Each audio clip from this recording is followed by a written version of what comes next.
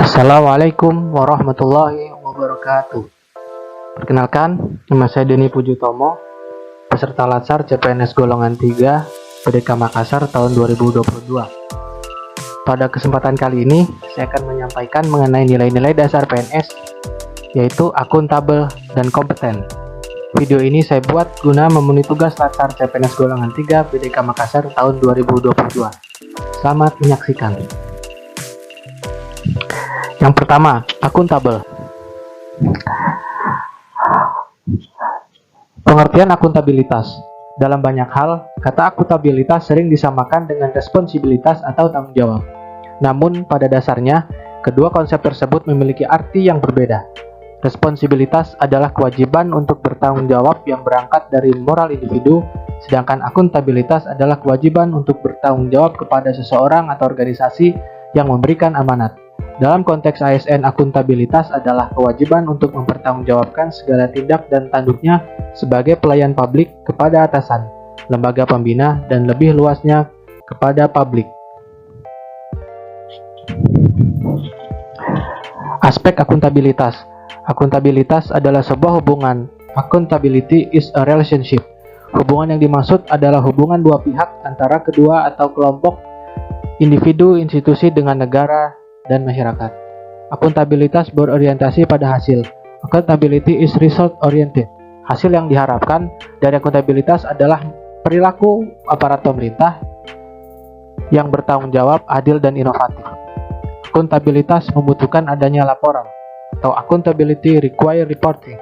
Laporan kinerja adalah perwujudan dari akuntabilitas. Akuntabilitas membutuhkan adanya laporan atau biasa disebut accountability require reporting. Laporan kinerja adalah perwujudan dari akuntabilitas. Kode etik atau panduan perilaku dari akuntabilitas, yaitu melaksanakan tugas dengan jujur, bertanggung jawab, cermat, disiplin, dan berintegritas tinggi, menggunakan kekayaan dan balak milik negara secara bertanggung jawab, efektif, dan efisien, tidak menyalahgunakan kewenangan jabatan. Perwujudan perilakunya antara lain: 1.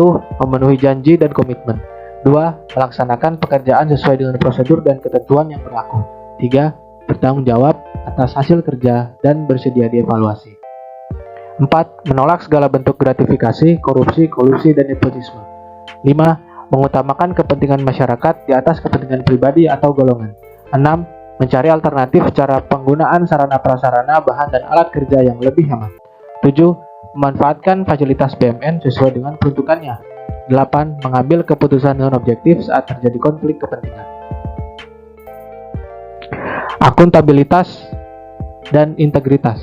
Akuntabilitas dan integritas adalah dua konsep yang diakui oleh banyak pihak menjadi landasan dasar dari sebuah administrasi sebuah negara, menurut Matsiliza dan Zonke 2017. Kedua prinsip tersebut harus dipegang teguh oleh semua unsur pemerintahan dalam memberikan layanan kepada masyarakat.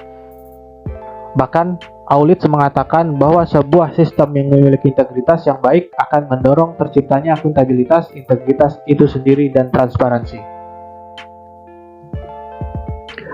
Cakupan pembahasan akuntabilitas dan integritas. 1. Transparansi dan akses informasi. 2. Penggunaan sumber daya milik negara. 3. Penyimpanan dan penggunaan data dan informasi pemerintah. 4. Membangun budaya anti korupsi di organisasi pemerintahan. Menciptakan lingkungan akuntabel. 1. Kepemimpinan. 2. Transparansi. 3. Integritas. 4. Tanggung jawab atau responsibilitas. Dan 5. Keadilan.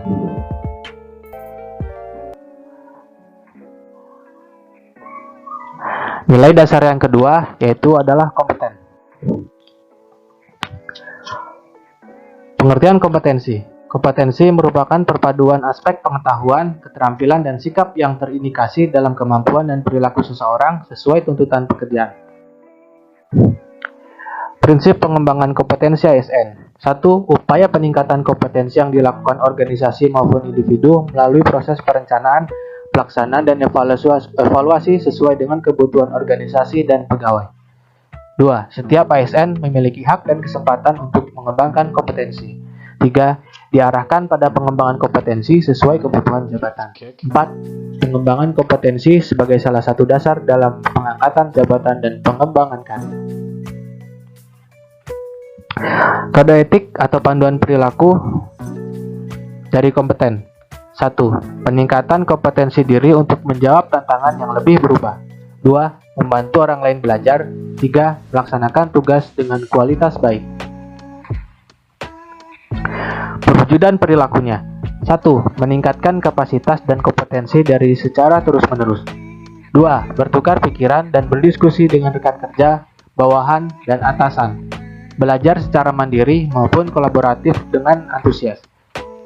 Memberikan kesempatan orang lain untuk menyampaikan pendapat. Membagikan pengetahuan dan pengalaman melalui diskusi, dialog dengan rekan kerja, bawahan, dan atasan. Menyusun rencana kerja atau anggaran dengan spesifik. Melaksanakan rencana kerja atau anggaran sesuai target yang ditetapkan. Menjalankan seluruh peraturan manajemen ASN yang berlaku. Menyelesaikan masalah secara komprehensif dan tuntas. Menyusun rencana kerja atau anggaran dengan spesifik. Mengevaluasi peningkatan kinerja diri. Berkinerja yang berakhlak. Setiap ASN sebagai profesional sesuai dengan kualifikasi, kompetensi, dan kinerja. ASN terikat dengan etika profesi sebagai pelayan publik menurut pasal 4 dan 5 Undang-Undang ASN. Perilaku etika profesional secara operasional tunduk pada perilaku berakhlak. SE Mempan RB 22 tahun 2021. Meningkatkan kompetensi diri. Merubah mindset, aktif meningkatkan kompetensi diri adalah keniscayaan merespon tantangan lingkungan yang selalu berubah.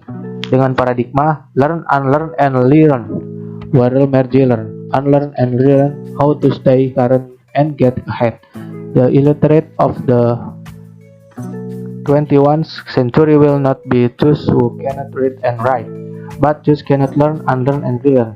Alvin Toffler, Future Shock, Latam Book, New York.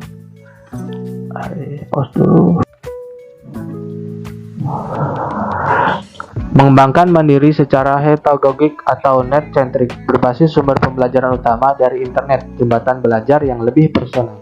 Memanfaatkan sumber keahlian pakar konsultan yang mungkin dimiliki unit kerja atau instansi tempat kerja atau tempat lain.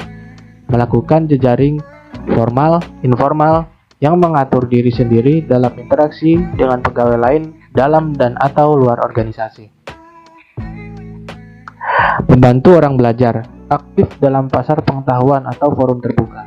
Memanfaatkan dokumen kerja seperti laporan kerja, materi presentasi, artikel, dan memasukkannya ke dalam repositori, di mana ia dapat dengan mudah disimpan dan diambil. Aktif mengakses dan mentransfer pengetahuan, dalam bentuk melibatkan dalam jejaring ahli, mendokumentasikan pengalaman pengetahuan, dan menuliskan pengetahuan bersumber dari refleksi pengalaman. Sosialisasi informal seperti morning tea or coffee seringkali menjadi ajang transfer pengetahuan. Melaksanakan tugas terbaik. Pengetahuan menjadi karya, mewujudkan pengetahuan yang bertumbuh menjadi karya nyata. Makna hidup dan bekerja baik. Pentingnya berkarya terbaik sejalan dengan tujuan hidup seseorang. Tipikal individu semangat berkarya, yang dapat mendorong dan menahan kesuksesan pekerjaannya. Itu saja yang bisa saya sampaikan. Terima kasih. Sampai jumpa di video berikutnya. Wassalamualaikum warahmatullahi wabarakatuh.